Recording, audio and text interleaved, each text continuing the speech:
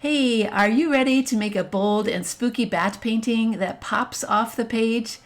Today we're using something simple, a coffee filter, to create a colorful bat masterpiece. All you have to do is trace, paint, and let your imagination fly. Hi, my name's Kathy, and I've been teaching kids how to draw for over 20 years now. My favorite thing to do is to show students that when you take things one step at a time, learning how to draw just might be easier than you think.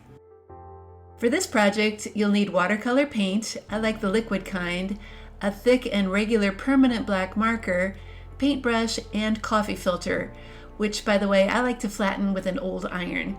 Be sure to check the description below for a link to a free step-by-step tutorial. That tutorial download also comes with 3 pages of bat templates. Drawing on the coffee filter with a pencil is kind of tricky, so that's why it's good to trace to get your main bat shape. Now here's what a coffee filter looks like right out of the package. I used an old iron to flatten mine so it looks like this. The first thing to do is to center your filter on one of the templates and tape it down with masking tape. You should be able to easily see the line drawing of the bat underneath, so take your regular tip marker and trace over those lines. After the outline is done, then use your thick-tipped permanent black marker to fill it in. After the bat is all filled in, then pick up that white sheet of paper and carefully remove your coffee filter from it. You need to be careful peeling that tape off, but if you've used masking tape and work slowly, you should be able to remove it without anything tearing. Now it's time to paint, and my favorite way to paint on a delicate coffee filter is to place it on a plastic embroidery sheet like this. They're pretty cheap, and they do keep the paper from sticking to the table. Please feel free to paint your bat however you want.